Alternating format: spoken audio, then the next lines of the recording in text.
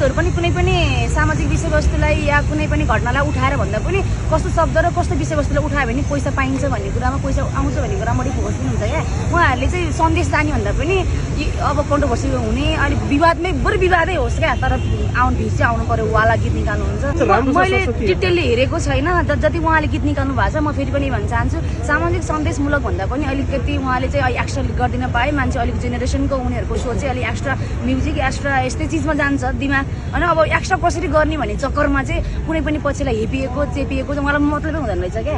अनि त्यो कुनैलाई अब भनौँ न सटाएर हान्न सकिन्छ नि त। मैले विषयमा चासो पनि होइन र म हेर्नेवाला पनि छैन, किनकि म बकवास गीतहरू हेरेर भ्युज बढाएर पैसा दिएर उनीहरूलाई म त्यति लेभल चाहँदैन। त्यही त उहाँको गीत मन पराउनेलाई सोध्नु भयो भने फेरि व्याख्या गरिदिनुहुन्छ।